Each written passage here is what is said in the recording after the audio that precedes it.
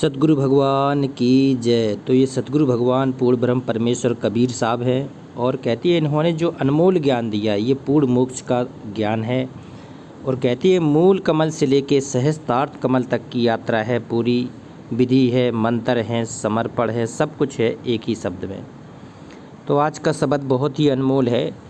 कहती हैं दो सुर चले सुभान सेती, नाभि से उल्टा आवता है, बीच इंगला पिंगला तीन नाड़ी, सुषमन से भोजन पावता है। देखो कितनी गहरी बातें इनमें छुपी हैं, आज तक कोई समझ नहीं सका, क्योंकि कबीर का ज्ञान है, बहुत ही गूढ़ रहस्य इसमें छिपे रहते हैं। दो सुर चले, कबीर साहब कहते हैं कि जो नाक सांस जिससे लेते हैं इसमें दो स्वर हैं, दो स्वर, एक है इंगला एक है पिंगला, बायां इंगला और दायां पिंगला, तो इसमें से श्वास निकलती है। तो कबीर साहब कहते हैं आपको इला पिंगला के सुषमन का ध्यान तो आपने कई लगाया, आपने योग की क्रियाओं द्वारा रेंचक किया, कुंभक किया, योग किया, कपालभाति की, भ्रामरी की, सांस को साधा, ये सब बहुत छोटी क्रियाएं हैं आध्यात्मिक मार्ग में। सबसे बड़ी क्रिया है तीसरी नाड़ी। कहती हैं तीन नाड़ी हैं तो सुषमन से भोजन पावता है। सुषमना नाड़ी जो है ये सबसे महत्वपूर्ण है आध्यात्मिक मार्ग में। और ये खुलती कैसे है?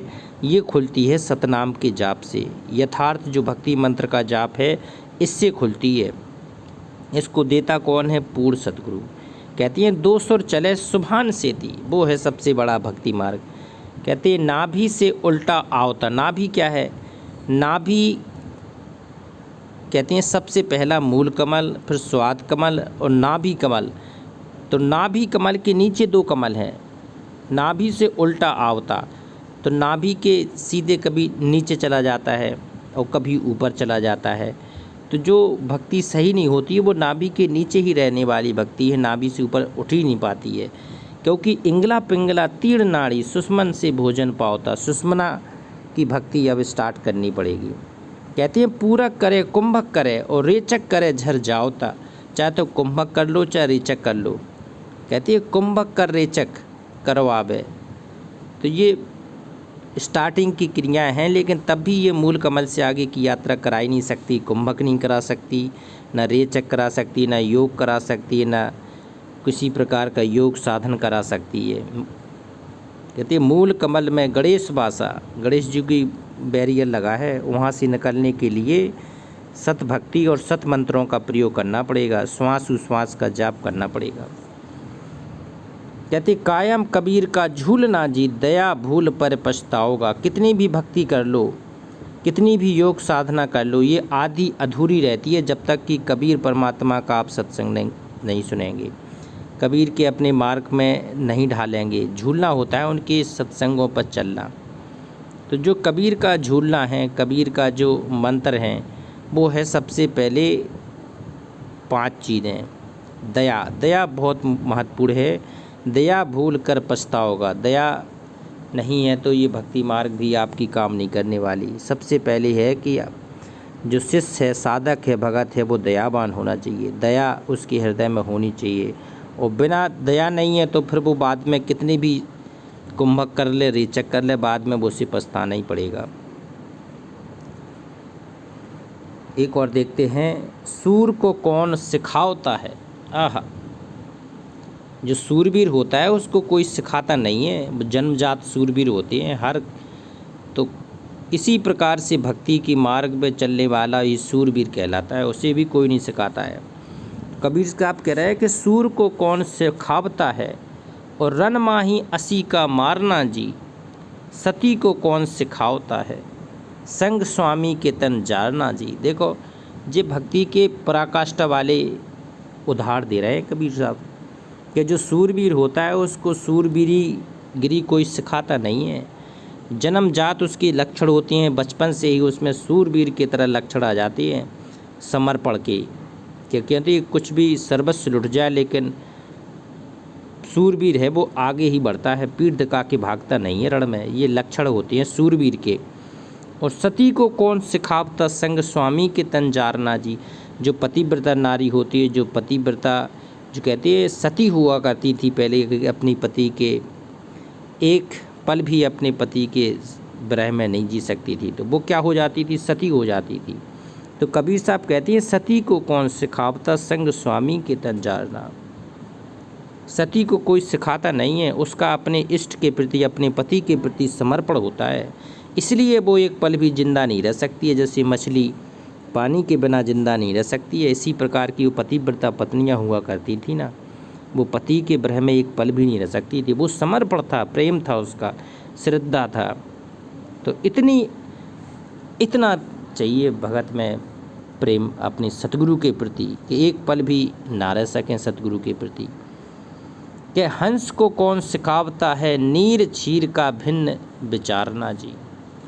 कहते हैं जो हंस होता है वो पानी अलग कर देगा और दूध अलग छान देगा, इतना उसके अंदर गुण रहता है हंस के पास। कबीर साहब कहते हैं जो हंस का गुण है उसे कोई सिखाता नहीं है, ये उसका जन्मजात है, उसका वरदान है, ये प्रकृति का वरदान है, भगवान का दिया हुआ एक अभिन्न उसको वरदान दिया गया है कि नीर क्षीर को वो अलग कर देगा। उसके गले में एक ऐसा भगवान ने यंत्र फिट कर दिया है कि कितना भी पानी डाल दो दूध में, तो जब वो हंस पिएगा ना उसको, तो दूध पी लेगा और पानी छोड़ देगा। तो कहते हैं हंस को कौन सिखावता जी नीर क्षीर का भिन्न विचारना जी। कोई सिखाता नहीं है, ये उसकी कला है, ये उसका समर्पण विश्वास है। कहते कबीर को कौन सिखावता है तत्व रंगों को धारना जी। आह, कबीर साहब कहते हैं कि अब मुझे भी देख लो किसने सिखाया है कि जो तत्व है, जो तत्व भेद है, जो मूल चीज़ें हैं, उनको रंगों को छारना जी। आहा, उनके रंगों को संवारना जी मुझे किसने सिखाया है। ये तो अनुभव से मैंने सीखा है, इस प्रकृति से सीखा है। तो ये समर्पण वाली बातें हैं। एक और देखते हैं, तख्त बना हाड़ चाम का जी। आहा, ये तख्त शरीर को कह रहे हैं कि किसका बना है जी, हाड़ चाम का बना है। तख्त बना हाड़ चाम का जी, और दाना पानी का भोग लगावता है, और मल नीर झरे लोहू मांस बड़े। आह, कहती है तो कितना भी कुछ भी हलवा पूरी खा ले, कुछ भी खा ले, जो ये चाम का बना हुआ तेरा शरीर है, ये मिट्टी का ये बना शरीर है, कहते दाना पानी तो तुम इसको कितना भी अच्छा तुम डालते हो, दाना पानी डालने से जो शरीर में भोग लगाते हो, वो बाद में निकलता कैसे है। मल नीर झरे लोहू मांस बड़े। एक तो उनका कितना भी अच्छी चीज़ खाने वाली मल और नीर के रूप में बाहर निकल जाती है, साथ में बढ़ाती क्या है, इससे आपका लहू आपका रक्त बढ़ जाएगा, आपका मांस बढ़ जाएगा भोजन से। कहते आप को अंश बढ़ावता है, और नाद बिंदु के बीच कलोल करे, सो आत्म राम कहावता है। आह, अस्थाना यही कहाँ ढूंढता है, दया देश कबीर बतावता है। ये छोटे छोटे शब्द हैं झूलना के, और बड़े महत्वपूर्ण हैं ये।